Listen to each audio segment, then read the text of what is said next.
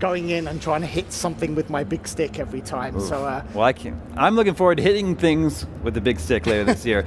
But on the brighter side, there's also friendly robot friend Vasco from Starfield. All right, now it's time to share another special announcement here at Gamescom. Not a game, but a concept car. Yeah, but we've got the GameCube over here, SNES, and 64, like everything that you could ever think of, it's here. Brian, what's the plan for tomorrow? Ooh, I was gonna wake up early, go for a run. The hotel has an amazing breakfast. It's like a breakfast buffet, really impressive spread of fruits, meats. They got Nutella, which I love. I put on everything. The car drive really fast all over the place. Vroom, vroom. Let's see those cars. Deck them out with your favorite sponsors such as Red Bull and many, many more. Oh, interesting. All you literally do is you bounce on the trampoline, you hold up to do a little flutter jump. I feel like I don't know anything about this game. Based on these challenging economic conditions, SIE has made the difficult decision to increase the recommended retail price of PS5. Now it just got more expensive.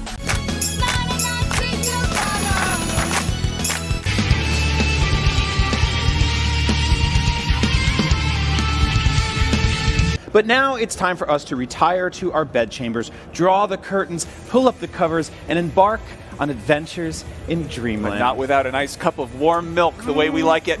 Milk. It does a body good. How about another joke, Murray? No, I think we've had enough of your jokes. So how you guys liking Gamescom 2022 so far? In all honesty, there's been some pretty awesome games premiered at Gamescom this year. They've been a little few and far in between, depending on your taste. Obviously, no sign of Starfield anywhere in sight. Not that I expected that. I think they made it pretty obvious that they weren't going to do anything at Gamescom, at least not thus far. If they were to come out with a trailer or some new gameplay or something to that effect, that would really surprise me, because Starfield's pretty far out at this point. First quarter 2023, hopefully, for Starfield.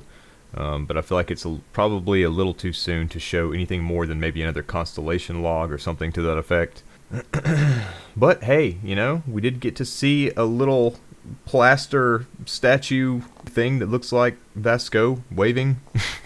Starfield sadly isn't playable at the show, but they have brought Vasco, who was the first confirmed companion from the game. You can get a selfie with him as well. I'm going to be honest with you, of all the games that have been premiered this year that we've seen so far, I'm probably more excited about THQ Nordic as a studio than any other developer.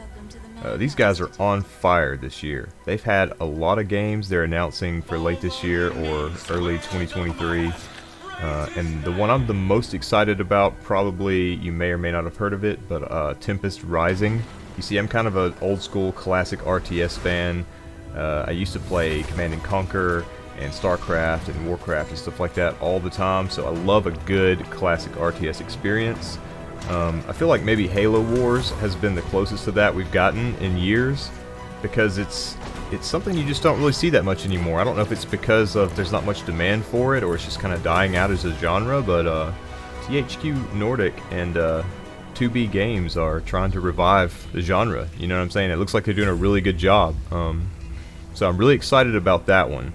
Here's like a little bit of gameplay from it if you're interested. It's really cool, actually.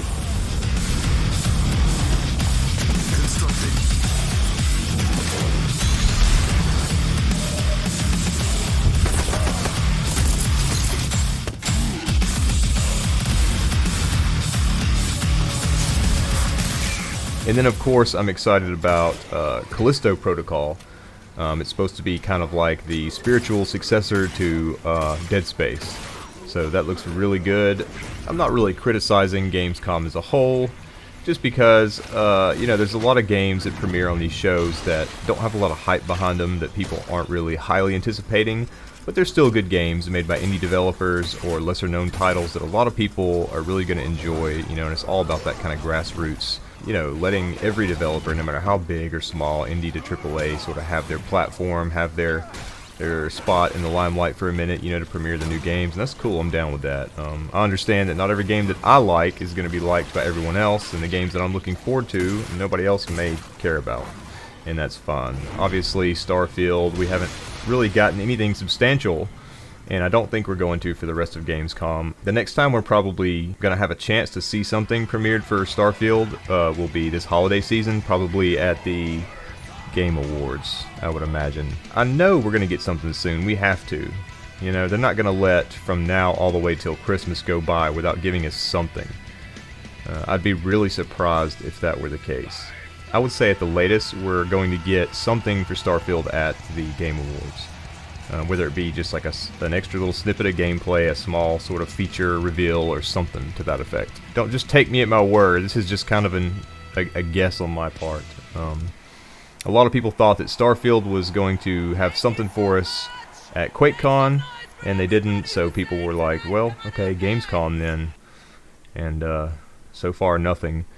But that's okay, you know. I'm sure they're trying to keep their heads down, bide their time, you know, work on the game, just stay diligent, and not try to overhype it, you know, and have that cyberpunk complex about it, you know, where they're just like marketing and advertising and revealing, not knowing whether certain features may end up in the game or if they have to refine or retouch or remove certain portions of the gameplay. So I get it, I do. I know we're all kind of starved for content right now. I wish there was something more to talk about. I guess the most relevant topic is that hopefully in the next few months we can expect some kind of new Starfield content. It's only going to keep ramping up, and as it does, it'll give me more to make videos on. But I'm curious if you guys have been watching Gamescom. I've kind of been watching on and off pieces here and there. It's really hard to keep up with because everybody has like their own booths and their own sort of shows or premieres separate from other channels like IGN and GameSpot and, you know, whoever else is at the game show.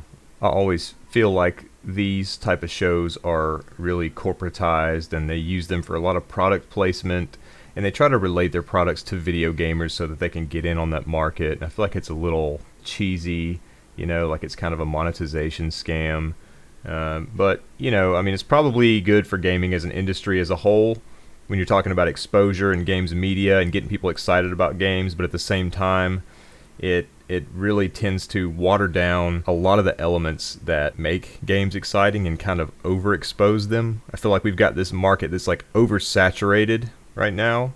And I mean, how can you necessarily get excited about any of these smaller games that they keep showing when it's just like on to the next, on to the next, on to the next, you know what I mean? Like everybody's trying to get their game out there, and none of them really standing out that much except for the big titles people were looking forward to, you know, like Callisto Protocol and Starfield, as well as the expansion, the first expansion for Cyberpunk. But those things are probably not going to be talked about for quite some time. It seems like there are a good bit of sort of space, sci-fi themed games coming out soon. So you've got your sort of pick of the litter when it comes to that sort of thing. I know Mass Effect 4 has been hinted, and who knows when that's coming out. I haven't really kept up with it, but that's something I'd certainly be interested in. I really did enjoy the Mass Effect trilogy, though I didn't really play Mass Effect 3 that much, to be honest with you. But I heard that was the worst one. But, you know, for sure I'll go back and play it, though, you know, if Mass Effect 4 comes out.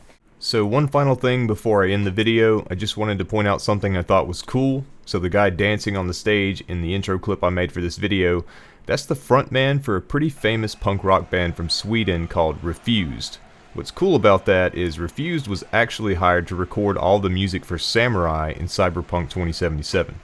Gonna drag a corporal rat on stage, make him kneel, douse him with gas, then light him up. So of course there are things that you can relate to, and like just like this outcast and this rebel that's fighting against like the corporals, and that's definitely something that's been a part of my life and a part of Refused's life. We came out of the punk rock scene of northern Sweden. He's like the future version of us, you know?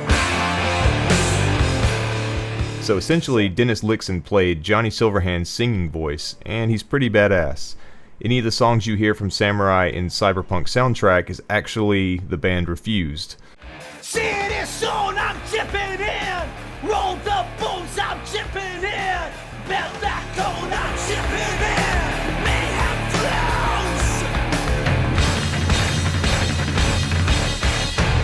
flows. I just thought I'd throw that random bit of trivia in there for those who might find it interesting. But anyway, so yeah, I know we usually keep it straight Starfield on this channel for obvious reasons. But yeah, what are you guys looking forward to? What do you want to see more of? Is there any games that you're hyped about along with Starfield? Let me know down in the comments below. Alright you guys, that's all I got for this video. Thanks for watching. Do me a favor and hit that subscribe button for weekly Starfield content and more as we look forward to the future.